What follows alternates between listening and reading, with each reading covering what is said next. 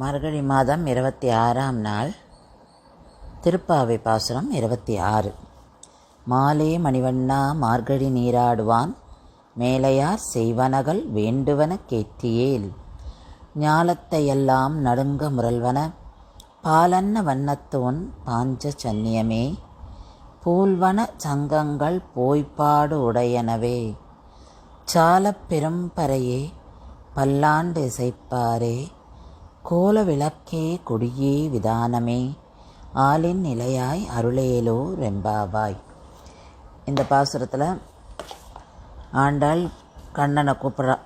மாலே மணிவண்ணா மார்கழி நீராடுவான், இந்த நீராடுறத கூப்பிட்றா, மணிவண்ணான்னு கூப்பிட்றா. கூப்பிட்டுட்டு கண்ணன் என்ன வேணும் உனக்கு, நீங்களாம் வந்திருக்கீங்களே, உங்களுக்கெல்லாம் என்ன வேணும் அப்படின்னு கேட்குற. அப்போது இவ சொல்கிறா, என்னென்ன வேணும், எனக்கு இந்த நோன்புக்கான உபகரணங்கள் வேணும் அப்படின்னு சொல்கிறா. இப்போ என்ன அப்படின்னா, நீ தான் எல்லாத்தையும் எங்களுக்கு கொடுக்கணும் அப்படின்றா. அப்போ ஒன்றா கேட்குறா, நீ சங்கு கொடு, ஏன்னா அந்த சங்கு நாங்கள்லாம் உன்னை பாடிண்டு போகிறோம், அந்த எல்லோரும் அந்த பாட்டை கேட்கணும். அதனால் அதில் அந்த சங்கு ஊதும்போது அதில் வர அந்த சத்தத்தை கேட்டு எல்லோரும் நாங்கள் பாடுறதையும் கேட்பா. அதனால் அதுக்கான அறிகுறி நாங்கள் சங்கு மூலம் கொடுப்போம். அதனால் சங்கு வேணும். அது உன்னோட பாஞ்ச சன்னியை மட்டும் இல்லை, நீ எல்லா சங்கும் எங்களுக்கு கொடுக்கணும் அப்படின்னு சொல்கிறா. அப்புறம் பறை வேணும். பறை அது அவள் அந்த நோன்பு கண்ணனை கூட்டுண்டு போகிறா, யமுனை ஆற்றுக்கு போகிறான்றத எல்லாருக்கும் சொல்லணுமா. அதனால் பறை கூட்டு நாங்கள் சொல்லணும் அப்படிங்கிறா. அடுத்தது விளக்கு கேட்குறா. ஏன்னா வெளிச்சம் தெரியணும், ஏன்னா காலங்கத்தால் போகிறா இல்லையா, அதனால் அவளுக்கு விளக்கு வேணுமா.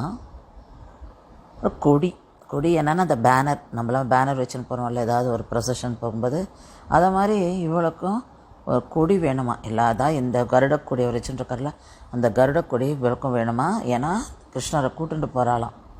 அடுத்தது விதானம், அதாவது இதை இந்த ஷாமியானா அப்படின்னு சொல்லுவா இல்லையா, அது அதான் பனிக்காலம் மேலே பனியெல்லாம் விழாமல் இருக்கிறதுக்கு அது அப்படியே போத்திட்டு போகிற மாதிரி எல்லாருக்குமா சேர்த்து அதை கவர் பண்ணுற மாதிரி அது அதனால் அந்த விதானம் வேணும் அப்படின்னு சொல்கிறார்.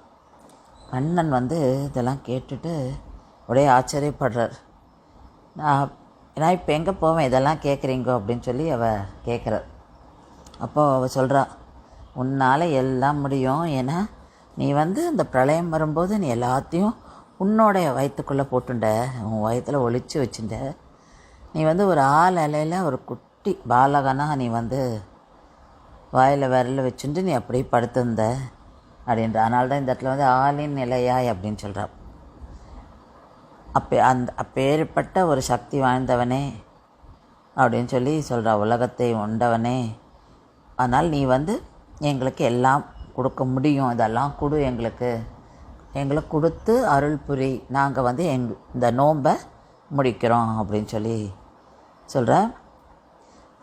கண்ணனும் எல்லாமே கொடுக்குறேன்னு சொல்லிட்டார். அவர் நீ பறைய தரேன், ஏன்னா ஜாம்பவதி அவகிட்ட தான் இருக்குது பறை, அதை எடுத்து தரேன், நான் பின்னையே விளக்கு நம்மாழ்வார் பல்லாண்டு பாடுறதுக்கு நம்மாழ்வாரும் பெரியாழ்வாரும் வருவா. பெரியாழ்வார் தான் நான் பல்லாண்டு பாடியிருக்கார், அதனால் பெரியார் எல்லாரையும் அவர் சொல்கிறார். நான் ஆதிசேஷன் வேணாம்.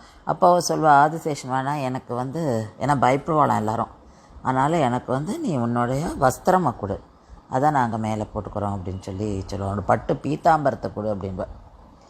சரி, இந்த மாதிரி அவள் கண்ணனை எல்லாத்தையும் கேட்டு வாங்கிண்டு நோன்புக்கு கண்ணனை கூட்டுண்டு போகிறாளாம். இன்றைக்கி நம்ம பார்க்க போகிற கோவில் ஸ்ரீ